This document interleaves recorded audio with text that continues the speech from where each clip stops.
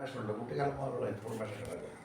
ആ ഇൻഫർമേഷനിൽ ഏതെങ്കിലും ഇൻഫർമേഷൻ നമ്മൾ ഹോൾഡ് ചെയ്തിരിക്കുന്ന ഇൻഫർമേഷൻ, നമ്മൾ ടെൻഡർ ചെയ്യുന്ന ഇൻഫർമേഷൻ, ഇഷ്ടപ്പെടുന്ന ചില ഇൻഫർമേഷൻ അത് ഫുൾഫിൽ ചെയ്യാൻ പറ്റാതെ കിടക്കുക. അപ്പോൾ സ്വപ്നത്തിൽ ഒരു ഡ്രീമിൻ്റെ ഫോമാറ്റിലേക്ക് മാറിയിട്ട് അത് നമ്മൾ ഫുൾഫിൽ ചെയ്യാൻ അറ്റംപ്റ്റ് ചെയ്യും. അങ്ങനെ ഡ്രീം വരും. ആ ഡ്രീമിനകത്ത് ഇൻവോൾവ് ചെയ്യുന്ന ഫാക്ടേഴ്സ്, പ്രധാനപ്പെട്ട ഒരു ഫാക്ടർ ഇമാജിനേഷൻ അവിടെ പ്ലേ ചെയ്യും. നമുക്ക് നേരിട്ടത് നേടിയെടുക്കാൻ പറ്റുന്നില്ല, അതുകൊണ്ട് ഡ്രീമിലായാലും മതി. അപ്പോൾ ഡ്രീമിൽ നമ്മുടെ ഇമാജിനേഷൻ വർക്ക് ചെയ്തിട്ട് നമ്മളൊരു പ്രത്യേക പാലസൊക്കെ നമ്മൾ ക്രിയേറ്റ് ചെയ്യും.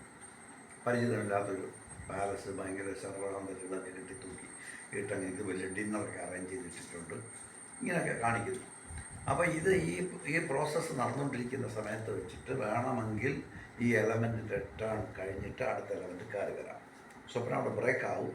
ബ്രേക്ക് ആയില്ലെങ്കിൽ അത് ആ സ്വപ്നം മോഡിഫൈഡ് ആയിട്ട്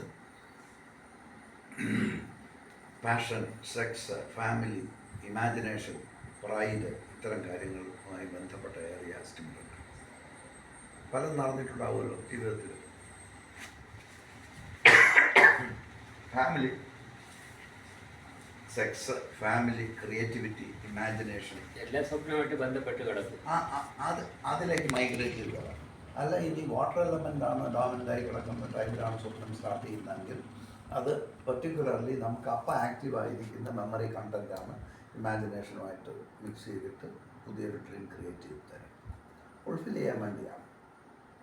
ജീവിതത്തിൽ നടക്കുന്നില്ല, അപ്പോൾ സ്വപ്നത്തിലൂടെ അത് ഒരു അറ്റംപ്റ്റ് നടത്തി സമാധാനം തരാൻ ശ്രമിക്കുക. പല ഇഷ്യൂസും സ്വപ്നത്തിൽ സോൾവ് ചെയ്തുകൊണ്ടിരിക്കുകയാണ്. അപ്പോൾ അത് പകുതി വെച്ച് വരികയാണ്. നമ്മുടെ ലൈഫ് എന്തോ കുഴപ്പത്തിലായിപ്പോൾ ഏതോ ഒരു വലിയ പ്രോബ്ലമായി, ഉറങ്ങാനൊന്നും പറ്റത്തില്ല, ഭയങ്കരമായിട്ട് ടെർമോയിൽ വന്ന് കിടക്കുക, നമ്മൾ ഗ്രസിച്ചിരിക്കും. അങ്ങനെ ഇരുന്ന ആ സാഹചര്യത്തിൽ നിന്ന് നമ്മൾ കിടന്നുറങ്ങുമ്പോൾ ചിലപ്പോൾ ഇതുമായി ബന്ധപ്പെട്ട എന്ത് കാര്യം വേണമെങ്കിലും ക്രിയേറ്റ് ചെയ്ത് പുതിയ സ്ഥലം നമുക്ക് ക്രിയേറ്റ് ചെയ്യും. നല്ലതുമാണ്, മോശമാണ്. അപ്പം എന്നിട്ട് ഈ ഫയർ എലമെൻറ്റ് ഡോമിനൻ്റ് ആയിരിക്കുന്ന സമയത്താണെങ്കിൽ ആ സമയത്ത് നമ്മുടെ ബേസിക് ക്വസ്റ്റ്യൻ എന്ന് പറഞ്ഞാൽ ആക്സെപ്റ്റൻസ് ആൻഡ് വിഷൻ. അത് പലതും ആക്സെപ്റ്റ് ചെയ്യാൻ പറ്റില്ല. നമ്മുടെ കോൺസെപ്റ്റുകളെ പിടിച്ചിരിക്കുന്ന സന്ദർഭമായിരുന്നു. നമ്മുടെ നോളജ് ഞാൻ മനസ്സിലാക്കിയവനാണ്, എനിക്ക് അറിയാമെന്നൊക്കെ പറഞ്ഞുകൊണ്ടിരിക്കുമല്ലോ. നമ്മൾ ഇങ്ങനെ അല്ല വേണ്ടതെന്നൊക്കെ പറഞ്ഞിട്ടുണ്ട്.